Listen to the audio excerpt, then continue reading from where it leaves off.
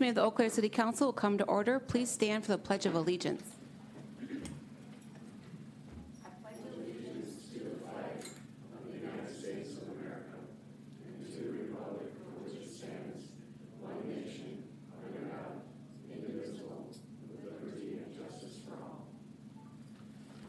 City Clerk, please call the roll.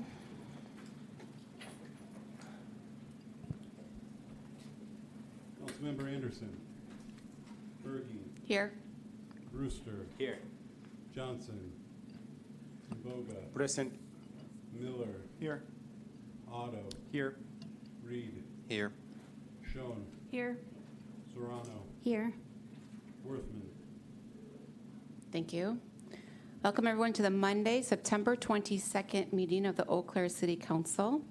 Before I go on to our meeting, I just have a few remarks I'd like to just start our meeting off today. So I just want to take a few minutes to reflect on recent events. In every part of my life, I can see and feel the anxiety, uncertainty, and stress people are carrying. The rise in political violence only deepens that unease. To be killed for one's political beliefs is abhorrent. To be punished for what says is unacceptable. Both strike at the very heart of our democracy and freedom of speech. We use our words so we don't have to resort to violence. We debate, we protest, we run for office, we vote. Democracy is messy, but it's ours. And it's up to all of us to keep it alive. Words matter. They can inspire or inflame, unite or divide, heal or harm. I do my best to use my words to build up our community rather than tear it down. And our Constitution protects the freedom of speech for all. We are in dangerous territory when people lose their jobs, their safety, or even their lives because of what they have said. I recognize that tensions are high. People have a lot of strong feelings on many issues. Tonight in this room, we probably have lots of different viewpoints, and that is okay, because this is what democracy looks like and is what is in action. When I was first elected to council in 2018, there was no public comment period. However, I believe residents deserve a space to speak directly to their elected officials. So I proposed legislation to create one. It passed, and this is why we can welcome everyone to speak during our public comment later in our meeting tonight. I believe our democracy is based on this healthy exchange of ideas. And even though our public comment period is at the end of the meeting, I do want to go over the guidelines now just so everyone can be prepared. So when council created the public comment period, our goal was to give residents of Eau Claire a space to share concerns and ideas that affect our community as a whole. We intended this time to be respectful, civil, and constructive. To support that goal, we have the following parameters. Each speaker has up to 3 minutes and may speak one time. Speakers must be residents of Eau Claire or work within the city. Comments should focus on issues, policies, or ideas of citywide concern. Please do not make remarks, positive or negative, about individual people. This one is an important one because and I have point of order people for doing this before because that's important. So I will point of order anyone, or the council members will point of order anyone if remarks are made, again, either positive or negative about certain individuals. We ask the audience to refrain from clapping, shouting, or other disruptions so that everyone can be heard and we can keep the meeting moving. The purpose of public comment in our council meeting is to share ideas and concerns, not to target individuals. And by keeping comments within these guidelines, we make sure that everyone has an equal opportunity to participate. So with that, I will go on to how our meeting will work. So we do have a few agenda items tonight, and staff will present on each item. Council can ask questions on that item, and then we'll open up for public comment on each item on the agenda. There should be sign-up sheets in the hallway, so if you came to speak on one of these agenda items, I will call you up from how you signed up, and then I'll open up the council chambers. During this agenda item public hearing, you actually have 4 minutes to speak, so it's different than our public comment period, and you can speak one time. And so at the end, so we're doing the agenda items first, then at the end, we'll open up to public comment. Okay, and then I will, also, there are blue comment cards in the back of the room. If people don't feel comfortable speaking in front of council, or the night might get kind of late and you have to go and put kids to bed or something, you can fill out the comment card, and that will be sent to council in the morning by our city clerk. You can also email us, and there's an electronic comment form which people can use to email all of council at once. So with that, we will move on to our first agenda item on our public hearing relating to our Century Code. So this is amendments to Land Development Ordinance, LDO. It's a public hearing on ordinance amending the Code of Ordinances of the City of Eau Claire, Title 17, Land Development Ordinance, LDO, Century Code Update. We have Mr. Noel here. Good evening, Council President and Council evening. members. Good to be with you this evening. The next three items are all related to our Century Code overhaul project. So congrats again for passing that massive legislation that took over 2 years. So we're going to go through this. This is a public hearing as noted. These sections actually needed a little bit of cleanup, some inconsistencies in terms of like verbiage, some omissions and things like that. So I'll highlight a couple of these for your sake tonight. These are the actual sections that are for the public hearing. You'll notice some sections are not a part of that. They didn't have any updates that were needed. I'm going to highlight chapters 2 and 3 real quick. Chapter 2 is looking at our plan unit development. So in the past, because our zoning code had some difficulties to work with, a lot of developers would utilize the plan unit development procedure. And so we wanted to recognize that those vested rights still retain and continue in effect. So we added that clause, working with our legal team to continue that effect, but also that when they would come before you to amend those, that they should also come into compliance more to meet the current code, the zoning code that you adopted. So we just make that explicit right there. The next chapter, in chapter 3, there was some confusion here about residential accessory structures. It didn't really say residential. We meant residential. So we just added that this was be called out, that in the language there highlighted in purple should apply to accessory structures with residential uses. The Plan Commission wanted to further clarify that and added an amendment that they recommended to you related to smaller residential lots, 1 to 4 units, and that the larger situations like multi-unit, multifamily, and commercial, typically those accessory structures are going to be a lot larger than these rules, and so they wanted to make that clear. So that's the amendment here, with an additional amendment that Plan Commission is recommending. It gets into the size of these structures. Oftentimes we would regulate large garages and sheds and things like that. And so we get into the standards here with the table. There was an error in terms of that. In no case shall we have a garage, if you will, over 1,500 square feet. The reason for that is that we typically want to have these detached structures in line with the principal structure, which is actually the house, so that it's not overblown and taking up too much land. So that was the clarification in there. We caught that error. Another error that we caught was in the mixed residential district, that it would actually need to allow multifamily housing in the MR district in these limited use standards here. So that was to include MR district in the MR district, so a simple error. Other chapters here to flag for you, and these are kind of like the biggies, if you will. So some of it, again, is quite in the minutia.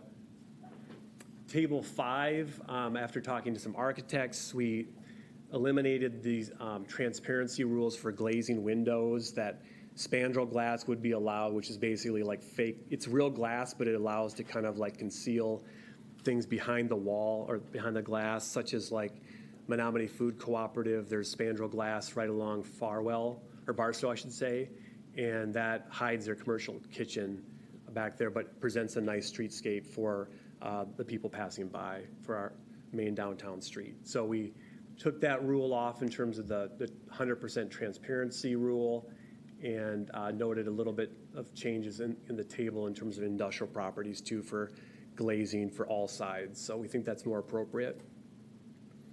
In the subdivision code, or chapter 10 here, we had an omission of our flag lot provision, which is current code.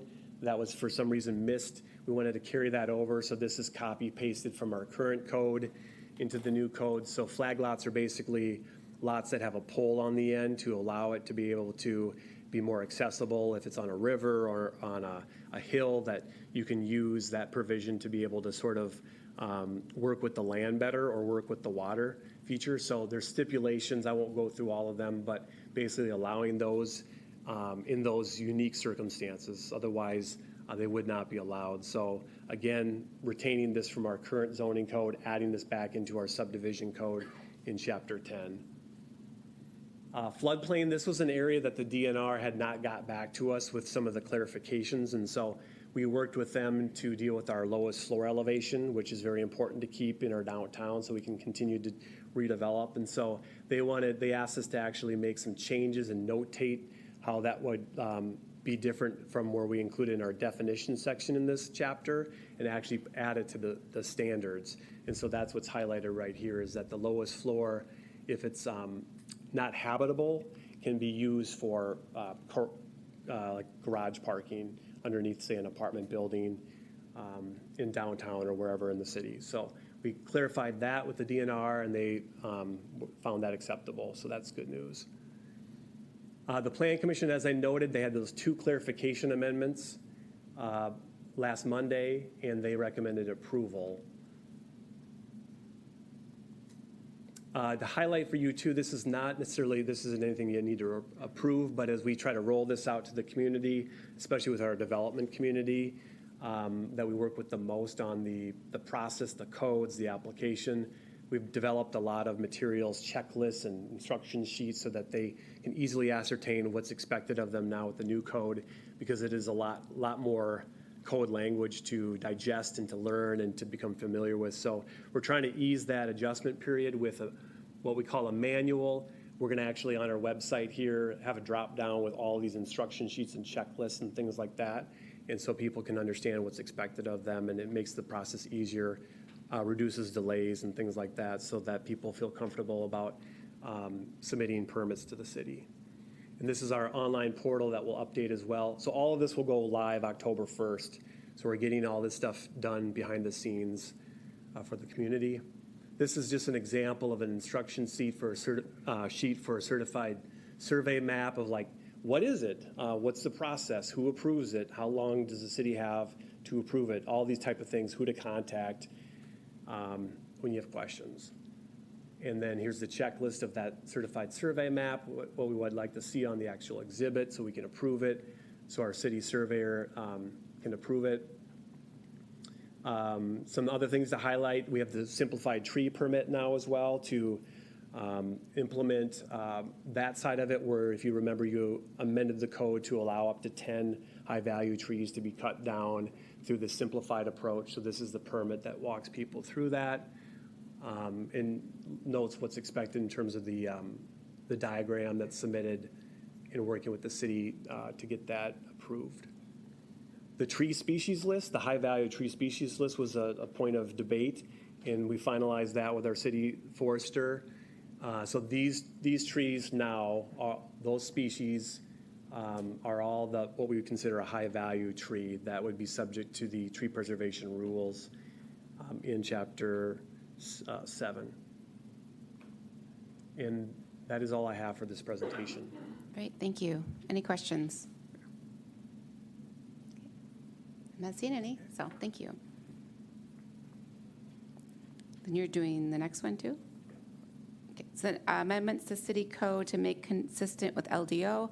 Public hearing on other city code amendments affected by the LDO ordinance, amending the Code of Ordinances of the City of Eau Claire, titles 5, 14, 16, 19, related to the new land development ordinance LDO Century Code update. And Mr. Noel is back. Point of order. Oh. Or question. Sure. Do we have public comments on? Oh, yeah, item one? sorry about that. I was waiting for, could someone grab the sheet, please? No, oh, okay.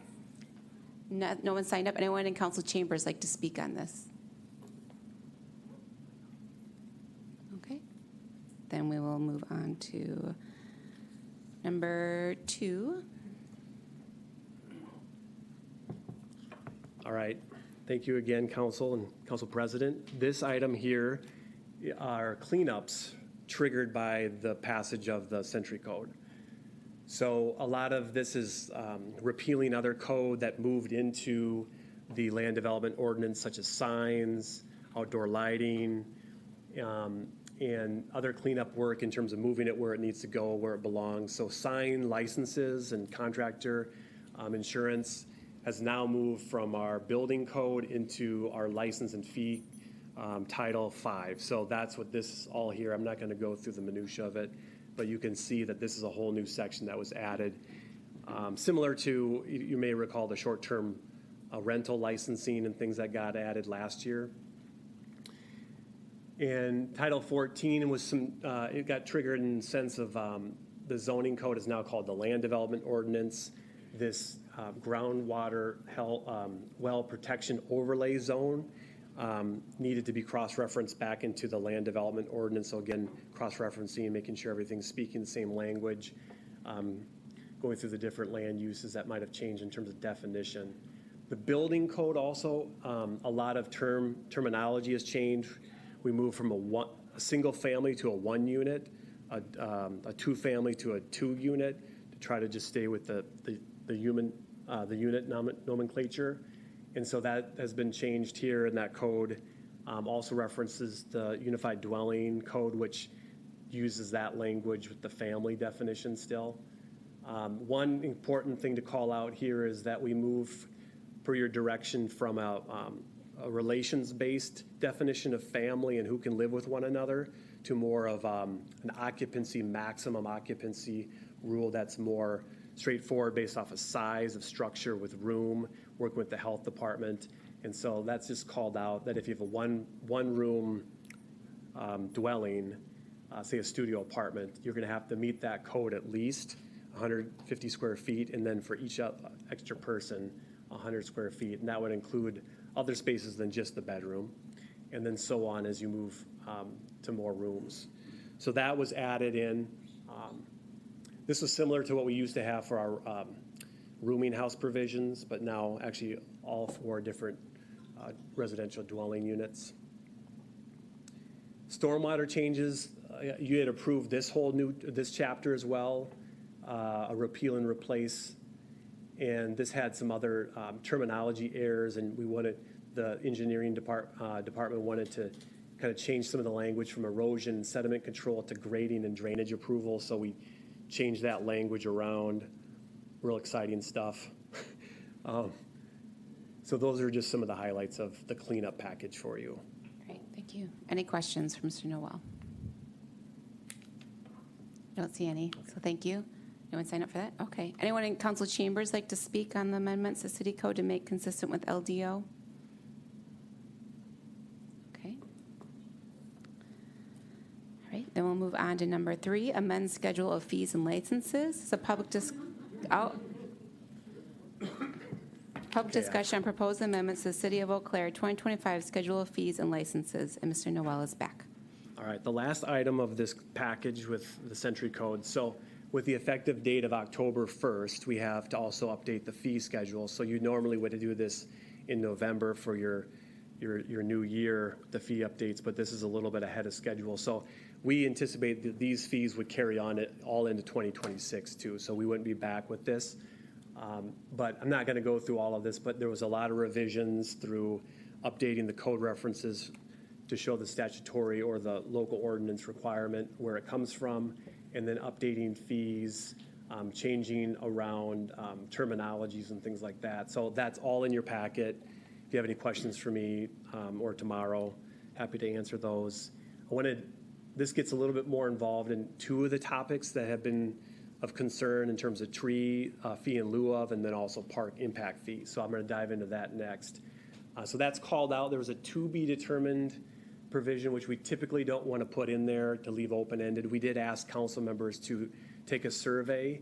We didn't get enough information back from you on the park impact fee survey to bring any real clear results one way or another. So that's fine, but so we don't have that information for you, but we're going to go through. The first one is tree preservation fee in lieu of. So again, to refresh your memory, this is a provision that's an option if folks aren't able to preserve those high-value trees on site when it's actually triggered. So again, 1 and 2 family units or homes across the city that are existing are exempt.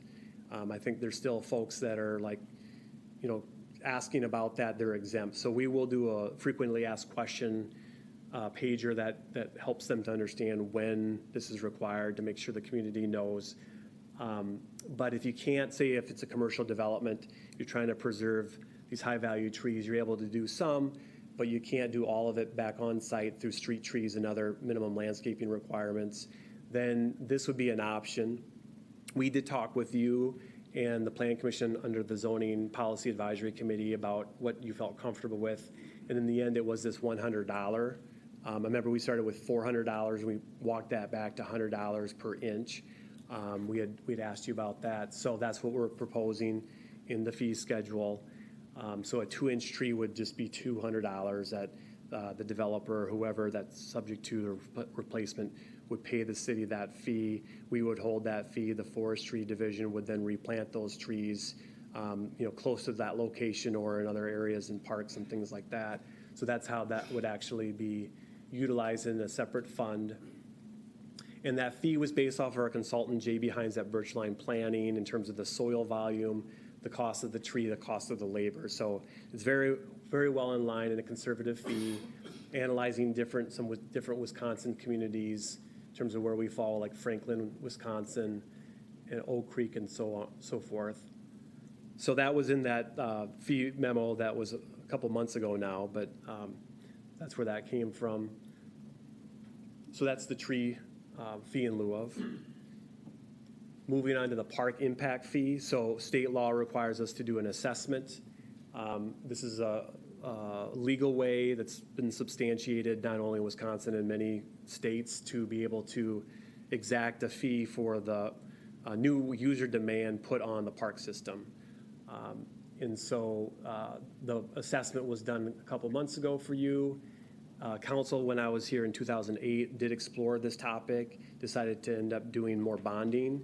The general fund does pay for, obviously, maintenance, but also debt service. And so, for what it's worth, that actually offsets some of that ability to hire and maintain. So there is that balancing act. But so 2008, it was looked at, and you did pass an impact fee with your last, when you adopted this ordinance. So it is on the books. It's the key now is determining a fee. So we looked at expenditures for park services, $9.5 million in improvements the last 10 years.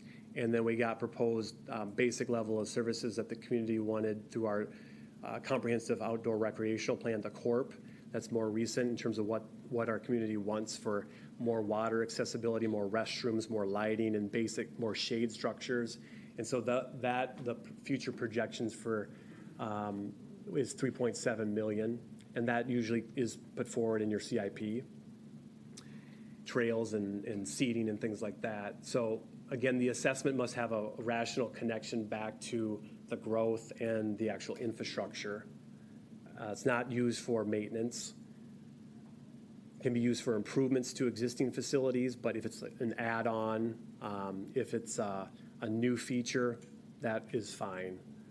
It's more just when you're just replacing something like for like.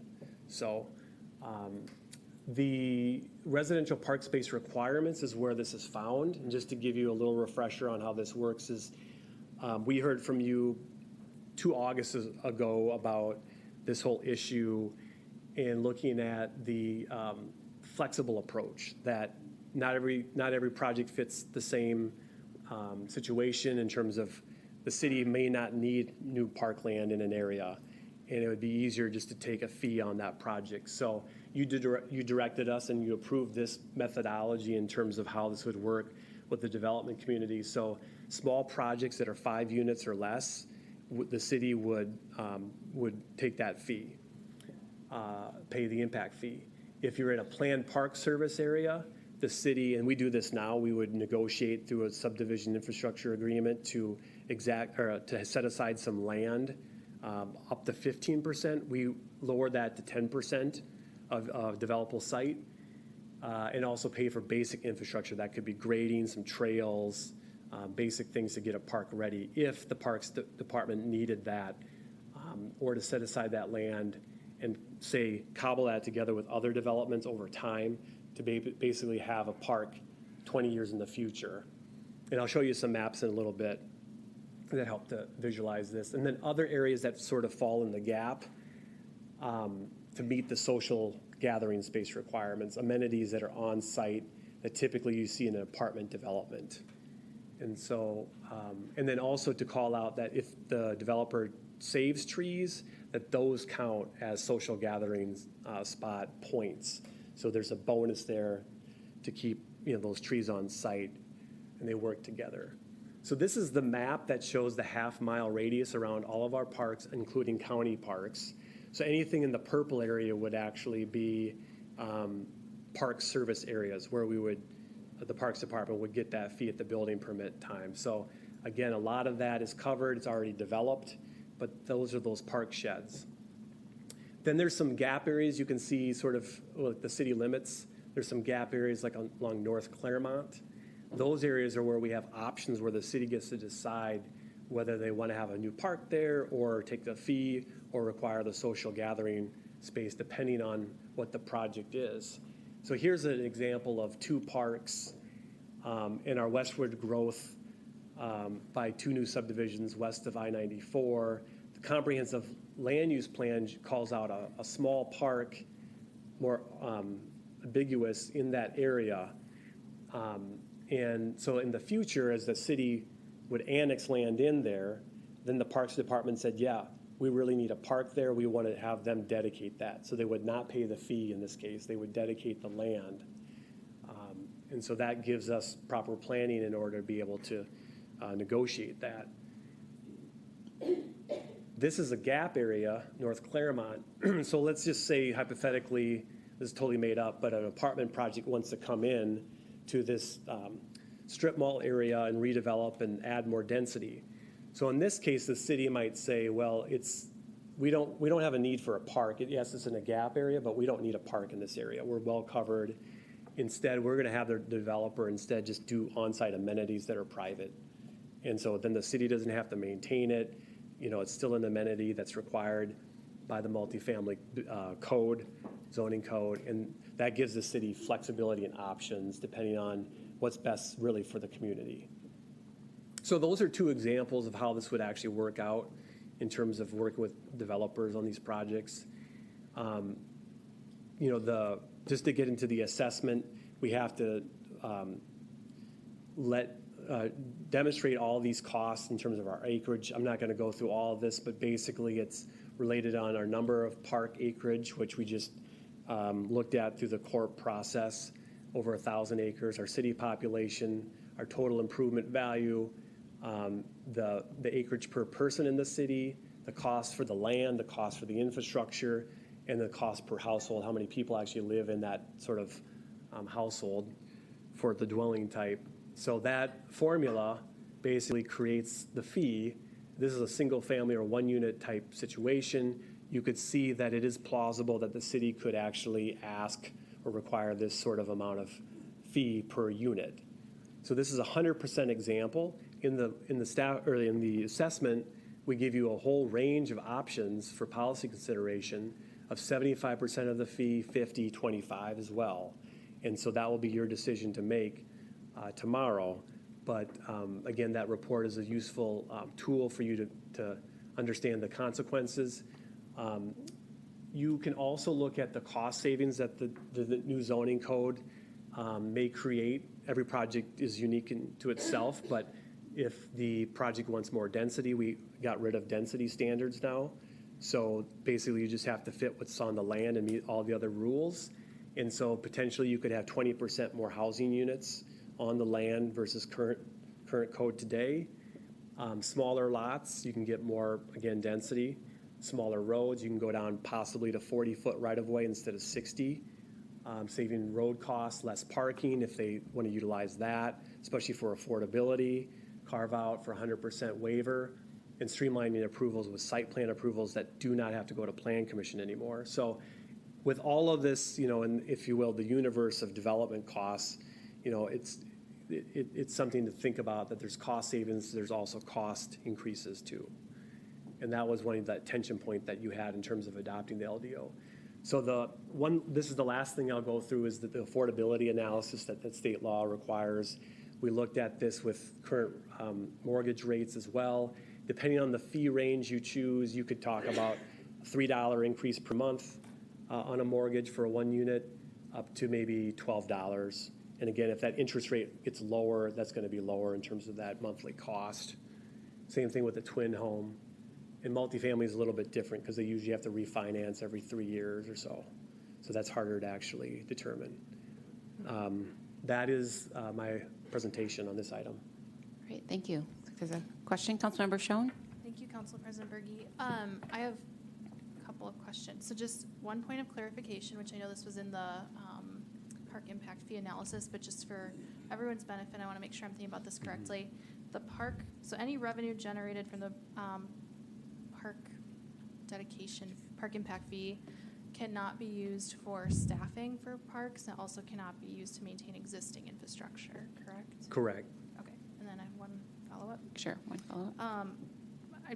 I think I know the answer to this question, but I just want to make sure I'm understanding. So staff don't have a recommendation that are included in the fee schedule for council's consideration tomorrow.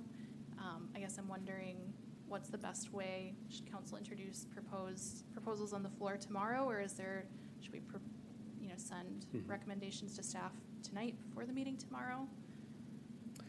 Yes, good question, Councilmember Schoen. Staff has no recommendation, and the best way, maybe leave that to City Attorney Steve Nick or Stephanie Hirsch, how you want that information. City Attorney Nick?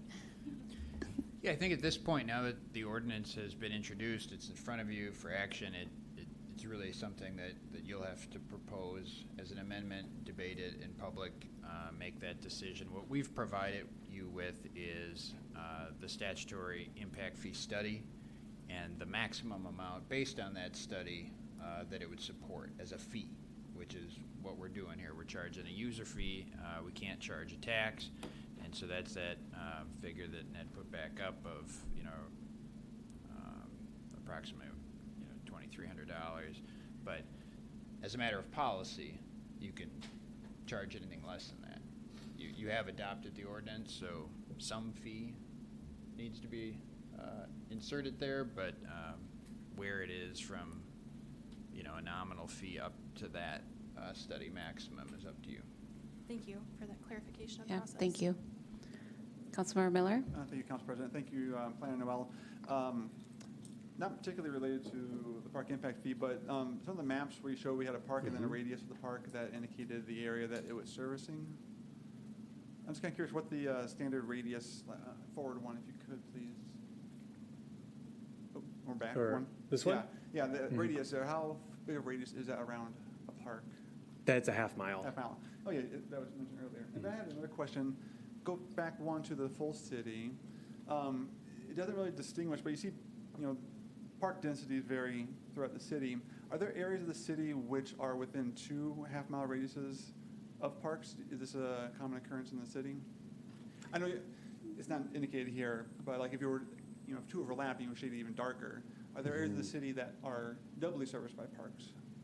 Yeah, Councilmember Miller, yeah, they do overlap in spots. So there's extra, if you will, accessible parks for those residents. And the one thing to keep in mind, there are also barriers that pop up, like interstates and things, that it makes it hard for folks to access that park. Sure, that makes sense. Big Hills.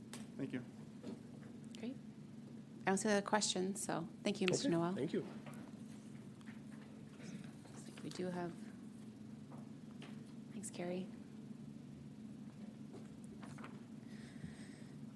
So we have 4 people signed up, and then I'll open up to the council chambers. So first we have Pat.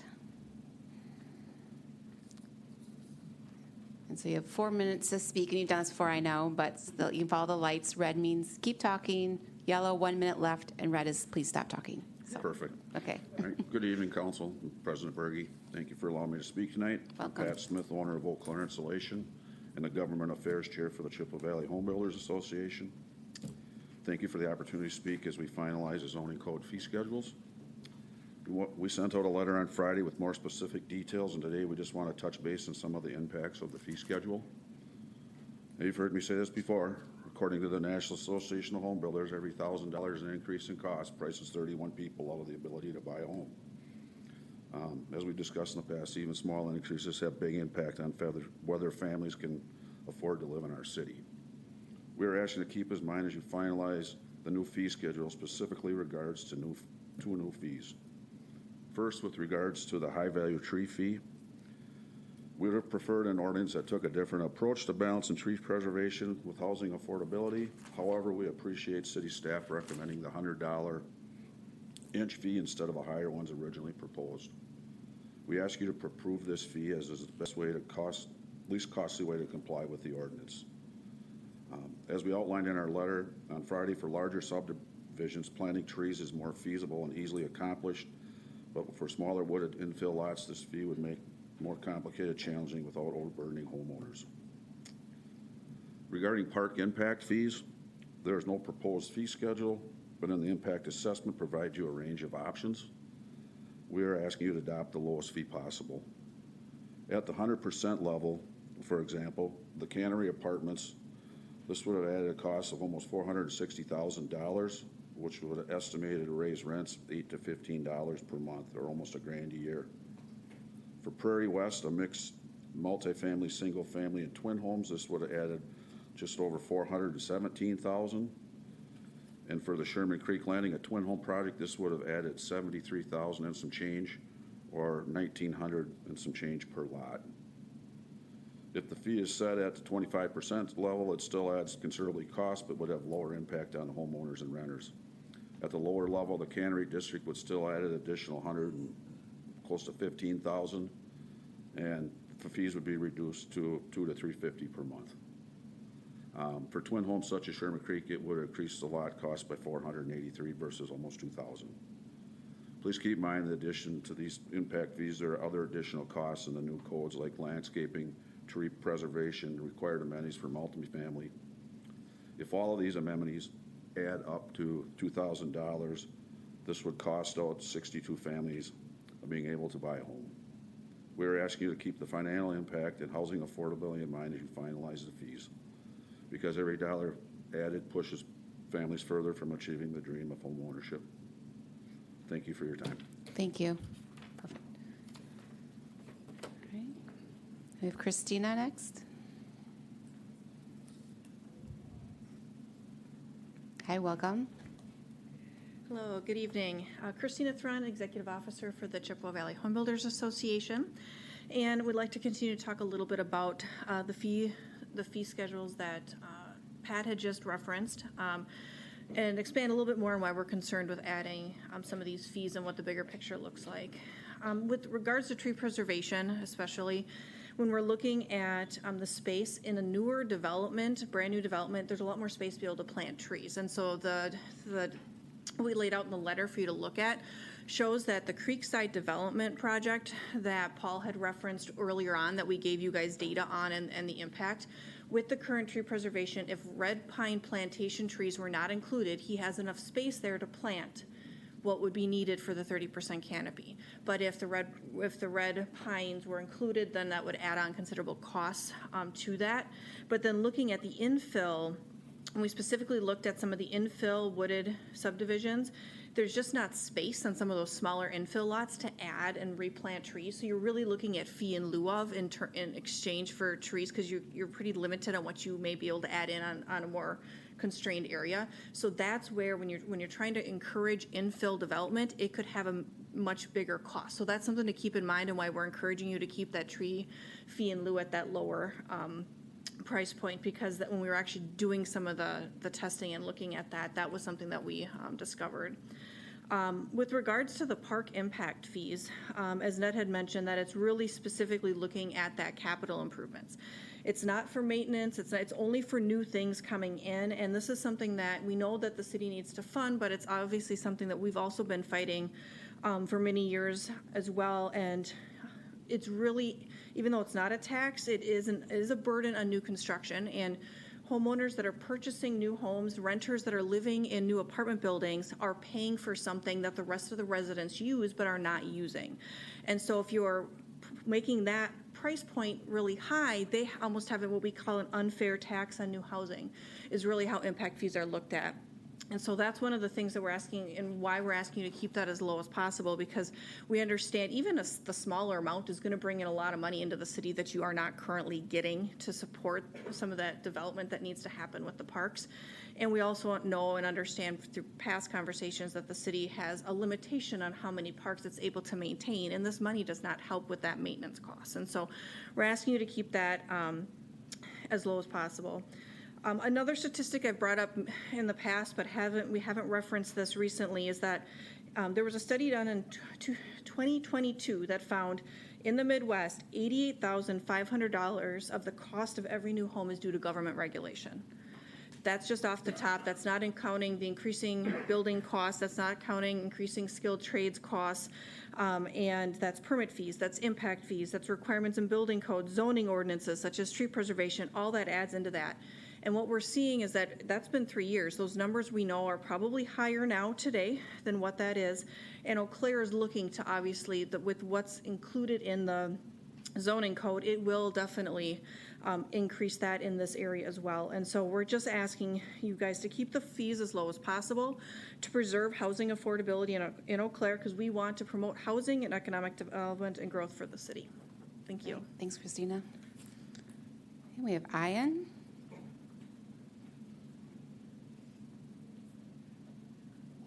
What? Ian? Ian, sorry. All good. I have a friend called Ian. So it spells the same way. I was so. questioning right away how you're going to pronounce everything. Welcome. Good evening. My name is Ian Gager. I am the Advocacy Coordinator with the Realtors Association of Northwest Wisconsin.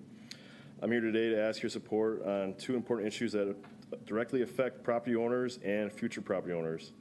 I urge you to vote yes on the proposed $100 fee in lieu for the tree preservation and canopy enhancement ordinance. This fee provides practical option for property owners while still supporting our shared goal of maintaining a healthy urban tree canopy.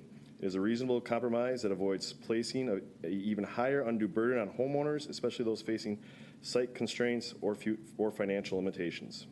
Secondly, I ask the council to keep park impact fees as low as possible. Our parks are an essential public space that contribute to the quality of life in Eau Claire. Increasing fees, especially for basic access or usage, risks making these spaces less accessible to families, seniors, and young people. High fees can discourage homebuyers and add unnecessary costs to residents already managing rising expenses. Thank you for your time. Thank you. All right, and Scott.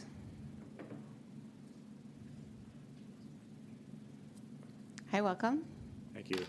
Good evening, Council President Berge, and council members. Appreciate the opportunity to speak.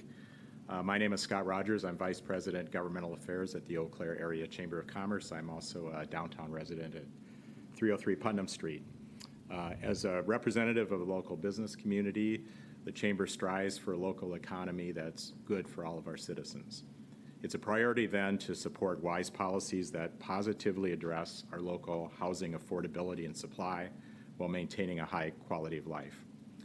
The Century Code update represents a once-in-a-generation opportunity to align our city policies and to encourage the increase in housing supply and the improvements in affordability that we desperately need. So one thing is to congratulate you on reaching the finish line tomorrow.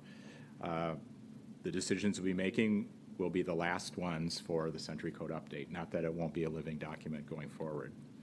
So as you do that, we do encourage you to keep affordability at the forefront. The reality is that any fees charged for the development of housing will ultimately be paid by the buyers and the renters who will occupy those homes.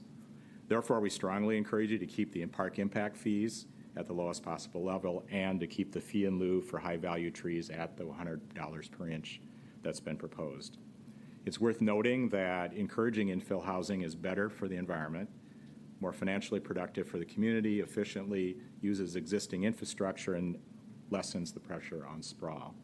So going forward, we do encourage city staff and the council to monitor and assess the actual impact of the code as we start to implement it, and to be open about making future adjustments to ensure that those important goals of affordability and supply are met.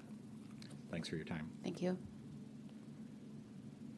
Okay, that's it for people signed up. Anyone in council chambers like to speak on the park impact fees or just the schedule of fee and licenses? Okay, not seeing anyone. So we'll go on to item number 4. We have 3 more rezoning items before we get to the public comment period. So our first rezoning item is a public hearing on ordinance to rezone property from R2 to C3 located at 3141 North Hastings Way. We have Director White. Evening, Council President Berge and council members. The request before you is a rezoning of a property that is located along 3141 North Hastings Way. It is currently zoned R2, and the applicant is looking to move the zoning to C3. As you can see, there's the location along Hastings and the adjacent properties around that and their zoning. There's residential zoning to the east, commercial zoning to the south. The gray area represents, again, the notification area required for a rezoning request. And then this identifies the land use, which I'll get into in just a minute. The parcel at 0.55 acres is currently vacant. Actually, I'll just go and flip to the next slide. It shows it's currently vacant. The applicant owns the lot to the south and is currently using that as a, it's called The Spot. It's a location for food trucks to place their space and serve clients at the facility. That has been an improved site. It has parking on site, has space for 5 trucks, food trucks, and parking for, again, space and eating spaces for the clients. The applicant is looking to utilize that open space to expand the food truck court at a later date. The site plan would need to be determined at a later time, but they would look to expand operation. It has proved to be a very popular option. A lot of folks utilizing that space up north. We reviewed this. It is consistent with the future land use plan, which identified about 60% of the lot as commercial use and the rest, that corner of the yellow, as low density residential. Staff from both the planning department and the City and County Health Department have been working with the applicant on their operation, ensuring that they've been operating according to the parameters of what was originally approved. Clearing up a few things, their operation is in line with what is intended to be, and they are looking again to do an expansion. The Planning Commission did recommend approval of this as being consistent with the comp plan and land use plan. At this point in time, I'd be happy to answer any questions. Thank you, Director White. Any questions?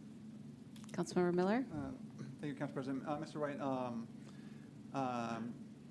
it wasn't in the package, so I'm guessing you didn't receive any feedback from anybody in the notice area surrounding the Correct. We property? received no input from the public or surrounding spaces at all. Okay. And do you know, are there barriers to prevent sound, light from spilling over into the residential areas there to the east and north?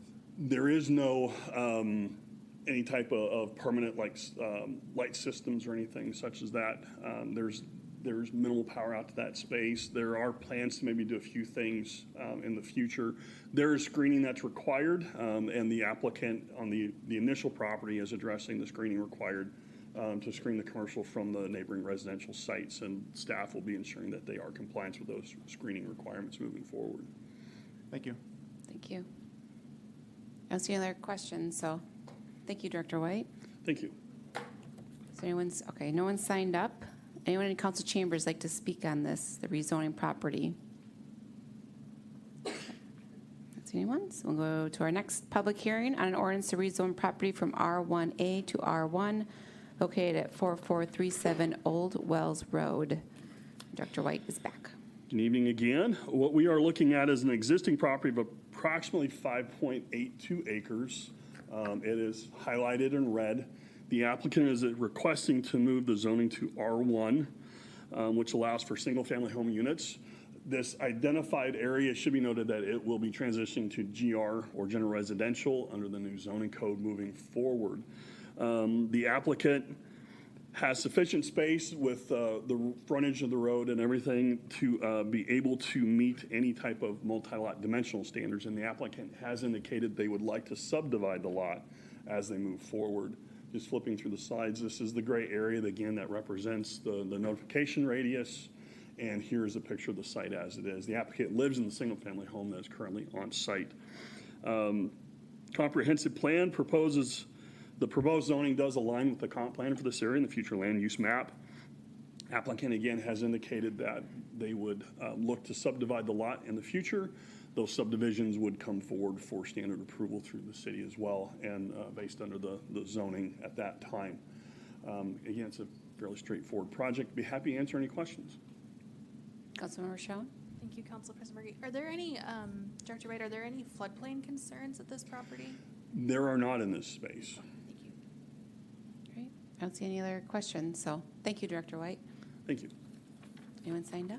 No? Okay. Anyone in council chambers like to speak to this item? The rezoned property from R1A to R1 located at 4437 Old Wells?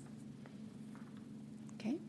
Then we'll go on to our next public hearing, which is an ordinance to rezone property from I-1 to R4 located at North Hastings Way, north of Shady Grove, south of Jackson Street. And Director White is back.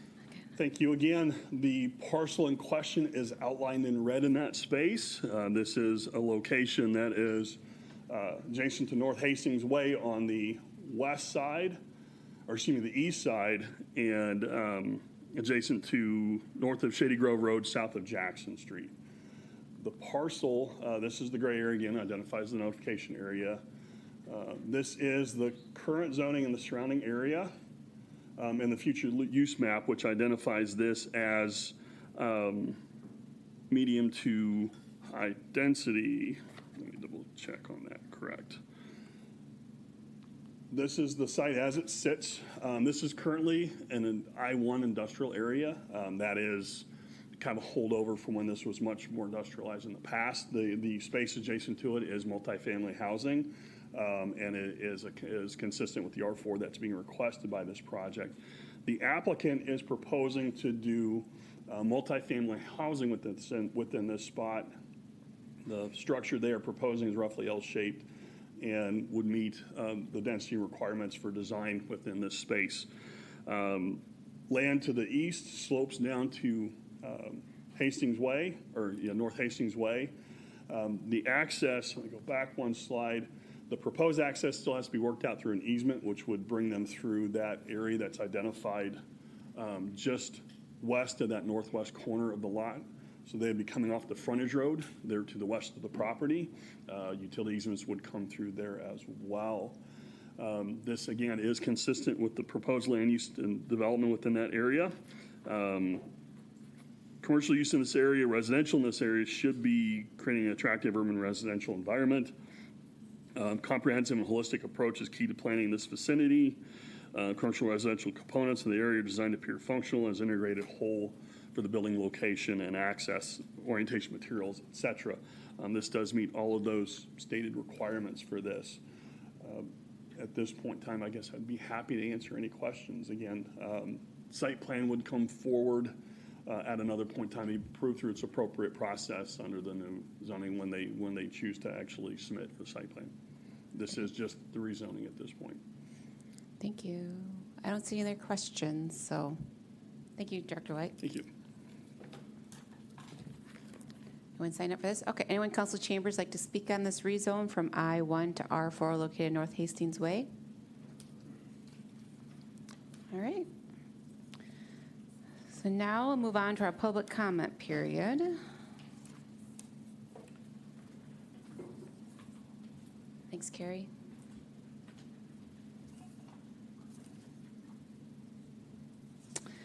So I did speak a bit at the beginning, but I think some people walked in, so I'll just remind people the guidelines for this time, the public comment period. So this time is for those living or who work in the city of Eau Claire to speak on citywide issues. You will have 3 minutes to speak, and the lights will show you how much time you have left. Like I said, green means keep talking, yellow means 1 minute left, and red is please stop talking. And when the red shows up, I will ask you to please stop talking. So just to keep things moving, because lots of people want to speak tonight. You may only speak one time. Please do not comment on any previous agenda items. We just closed all the other public hearings. As I said earlier, this time is not for personal remarks of city personnel, elected officials, or any person affiliated with the city. We would like to hear issues, policies, or ideas of citywide concern. We will, and we have done this before, if there is personal remarks of anyone connected to the city, I will point of order that person, or someone from council might point of order you. I'll give you another chance to reframe. If I have to point of order you again, I will ask you to please sit down. And then council members are not allowed to ask questions or comment during this time. And this time will last for 20 minutes. However, council can extend for another 20 minutes with a vote. So our clerk will let us know when we're at our 20-minute time and see what council votes to do. I think that is it for the rules. Oh yeah, Councilmember Miller. Are you? Yes, I'm finished with the rules. Yep. Thank you, Council President. I just want to say I think I owe it to the community to take some time here to address the public reaction to comments I made in the discussion around the time of the attack on Charlie Kirk. Just after the horrible event, a quote from Mr. Kirk was cited in an online discussion. I left a comment that was critical of his quote and that highlighted the grim irony of the wrongful act committed against him. My intended message was a valid one. The same observation I made was also made across many news outlets that day, although I admit my choice of words was dramatic. I do want to note that in the same conversation later, I wrote that I hope Mr. Cook would pull through. Unfortunately, that comment was not captured and shared along with my previous comment, and unfortunately, he did not.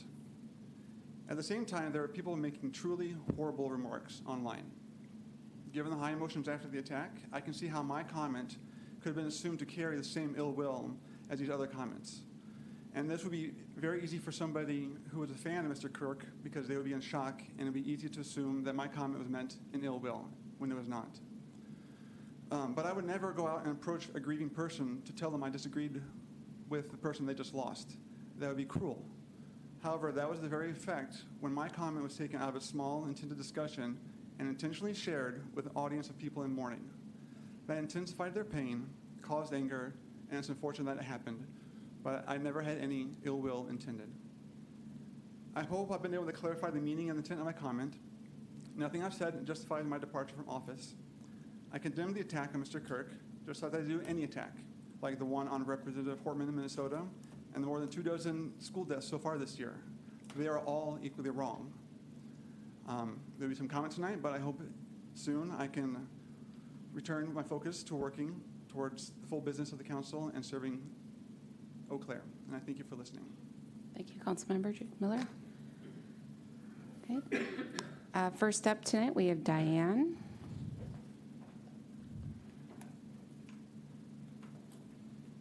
Hi, welcome. Hi, I'm Diane Leader. I live in downtown Eau Claire on Wisconsin Street. I spent my working life as a public librarian defending the First Amendment, the right to read, standing up against book bans and censorship. So I'm speaking tonight on behalf of the First Amendment. I'd like to read it. Congress shall make no law respecting an establishment of religion or prohibiting the free exercise thereof, or abridging the freedom of speech or of the press, or the right of the people peaceably to assemble and to petition the government for redress of grievances. That is the First Amendment to the Constitution of the United States and the first in the Bill of Rights ratified in 1791. It is the first because of how important it is. Without this, we don't have the rest. If we can't speak up against a government who is mistreating us or who we're unhappy with. Council members who have come under attack were posting on social media as private citizens, and they have a right to do that. All of us do. I worked as a librarian, but believe me, when I was my individual citizen, I had opinions that were private to me. They are fine citizens and hardworking council members, and I hope they will not consider resigning from the council.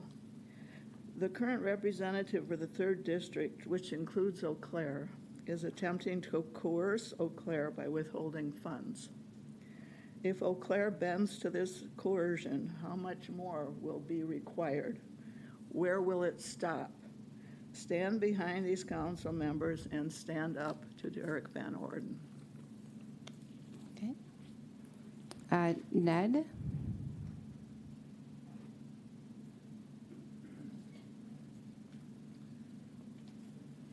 Hi, welcome. Hi.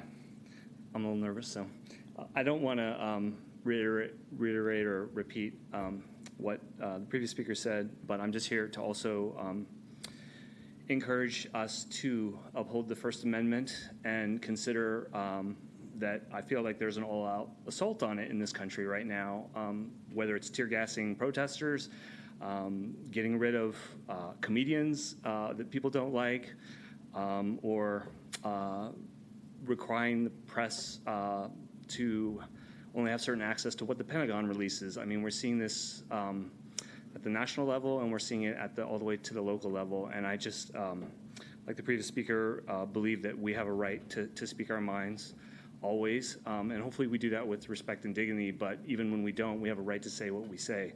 And so that's mostly what I wanted to say tonight. And I hope also that the council members will just continue to do good things. Thank you. Joe? Hi, welcome. Hi. Joe Thielen. I live on Main Street. At one time, I served on the East Hill Steering Committee, and last time I was here as president, I was presenting our comprehensive plan in the 2000s. For a while, I managed the neighborhood softball team, which included, I don't want to mention any names, but one prominent council member played first base. I have daughters. Both of them went to Flynn Elementary. One's still there, one's at South. The year before my oldest daughter was born, a gunman broke into Sandy Hook Elementary School and slaughtered a bunch of kindergartners. In the aftermath, they gathered the parents in a gymnasium and called out the names of the families one by one as they reunited them with their surviving children. At the end of the evening, they finally let the rest of the parents know that if you're still here, your child didn't make it. They say you could hear the cries of the parents down the block. I can hear that now. I can feel that. I've looked on in horror year after year as nothing is done. Not even 2 weeks ago, we were greeted with the photo of a mother running with her shoes off to find her child. We all saw ourselves in her. People make excuses for this. They come up with impossible plans. Any potentially effective idea is laughed off. They think it's funny, or at least they did until the recent political assassination. And then this horror extended even further. It's in our face. This is our current context. So yes, I saw a widely shared quote last week. I think it's worth it. It's worth it to have a cost of, unfortunately, some gun deaths every single year so that we can have the Second Amendment to protect our other God-given rights. That's a prudent deal. It is rational. That's not the first time I heard this direct quote. It's always sickened me.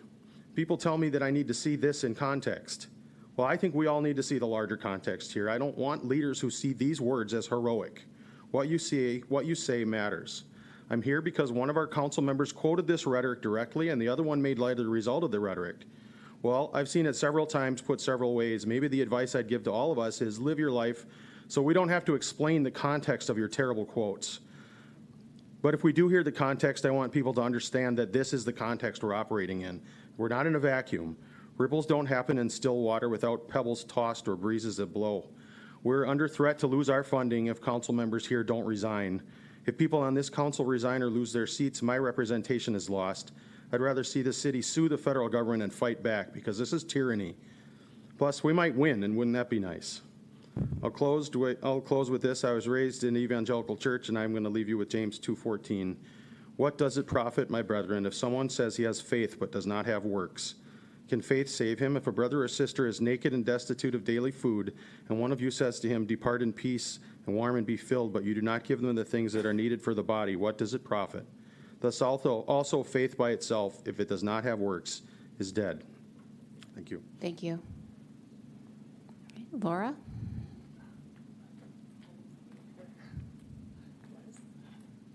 Hi, welcome.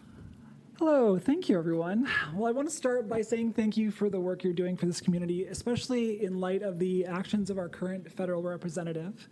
I am here to speak in relation to the Facebook post made by council members Brewster and Miller. The reality is simple. You both have First Amendment rights. Even if everyone here disagreed with what you wrote, the First Amendment made it clear in 1969 in the Bredenberg case, speech cannot be punished unless it directly incites imminent lawless action and is likely to produce such action. That's clearly not what happened here. Councilman Brewster quoted Mr. Kirk, and Councilman Miller shared an opinion. Neither was an incitement to violence. Actually, can you just keep to not the personal remarks? So point of order, back, I will say that I'm not making any comment in praise or complaint about the city personnel. I am merely observing that they made those comments. I will continue refraining from referring to those two, but I just want to point that out. Because of this speech, we are all facing retaliation from a sitting member of Congress. Representative Van Orden wants to withhold federal funds meant for our entire community because he doesn't like what these two men said. This is not only constitutional, it is an abuse of power and an attempt to silence and intimidate our community. We can't allow that. Free speech does not come with a permission slip from our government or our elected officials. It is the right of the people, and it belongs to all of us, even when something said makes us uncomfortable. So I'm here to say, please continue to exercise your freedom of speech and serve our community. Before I close, though, I do want to mention I did a quick search to find any reasonable First Amendment justification for today's rules restricting praise or criticism of city officials. I found none. Free speech goes both ways. Restricting speech critical of this body or its members is government restricting free speech. And I would ask this council consider that they may be restricting other members of the community from speaking something that they were intending to say tonight by publishing these rules not prior to this meeting, but when we attended this meeting. Thank you. Okay, Sharon?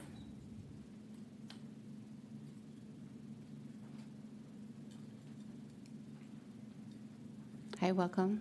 Hi. I'm Sharon. I live on Farwell Street. Oh, shoot, it went away.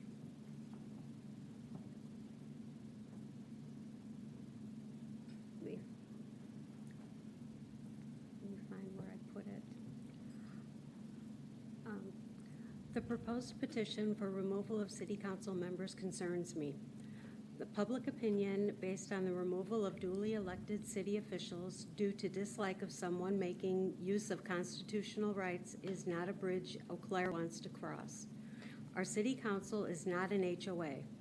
Our elected officials have guidelines they need to follow as elected officials, but as U.S. citizens, they are protected by the Constitution, the same as other citizens.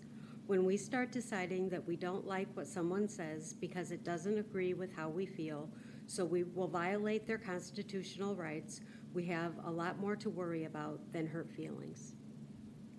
Thank you, Sharon. Terry?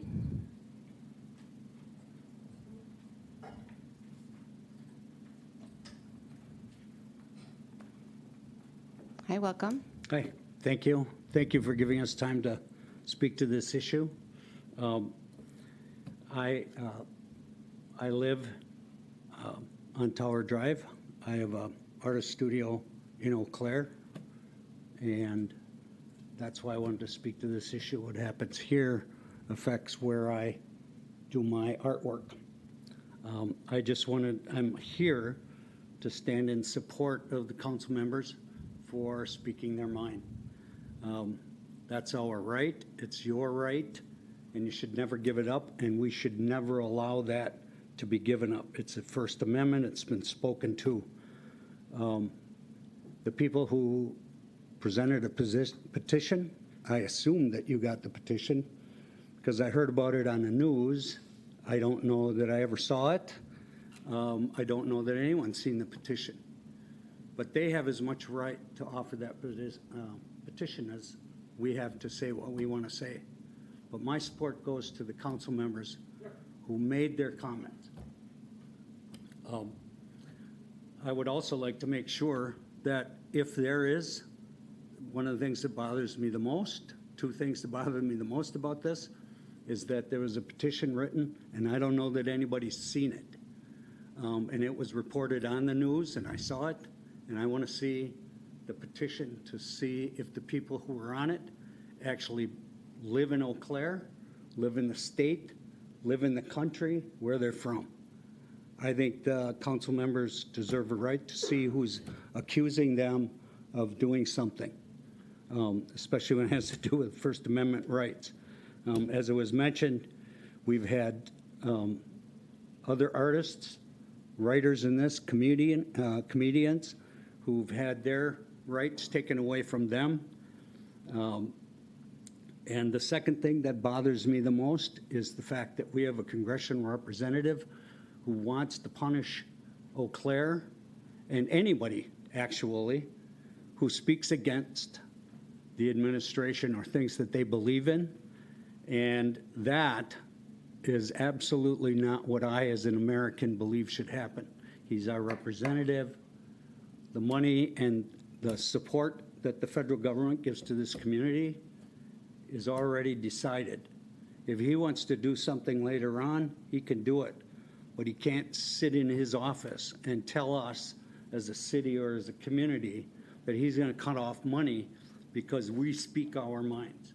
Because I will continue to speak my mind, stand on a street corner every Wednesday night and do what I can to make sure that all of you and all of us have the right to speak. Thank you. Thank you, Terry. We have Mike.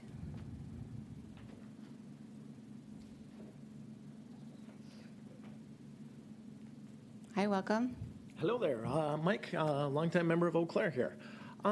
Just want to speak in support, as others have, of council members and everybody being able to speak their minds as they are. It's the First Amendment right. We all have that. In my daily work, I deal with a lot of mercy and justice and grace and restoring hope with individuals. But my life's work is as a parent, teaching my daughter empathy, and the opposite of that is not bullying. And in this time that we live in, it's already been mentioned by Council President Berge at the start that it's harsh times that we're living in. It's unique times. And who we emulate for national leaders makes a difference, even for my 10-year-old daughter and her friends. And the idea that there can be harsh and horrible things said in the national news, that's way worse than anything I've ever read on social media by any council members here, is disheartening. The First Amendment applies to everybody. And it is greatly heartening to hear community members stand up for this council, for them speaking their minds, and that people know that there's a lot of community support here. Eau Claire's strong. As it says right behind you there, we're a community that we're working together for the common good, and this is heartening. So thank you all for your work, and we support you. Thank you, Mike. We have Amanda next.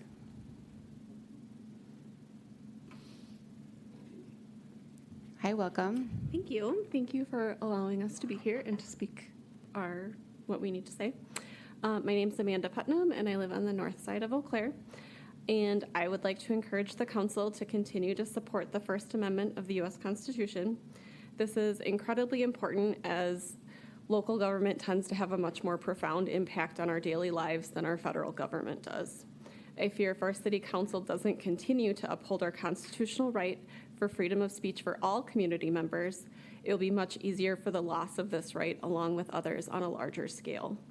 Once we give up this right, we will likely not get it back and will be forced to continue to give up even more. It's a dangerous path, and I encourage our city council to continue to represent us in maintaining our rights. Thank you for your time. Thank you, Amanda. Gary?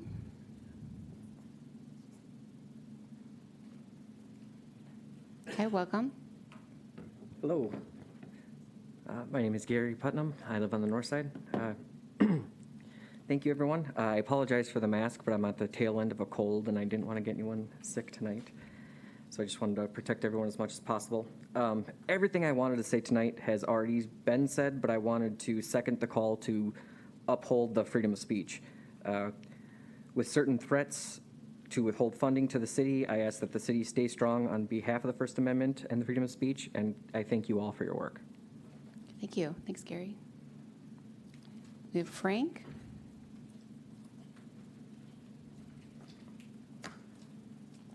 Hi, welcome. Hello, thank you for having me. Frank H. Robinson, South Farwell Street.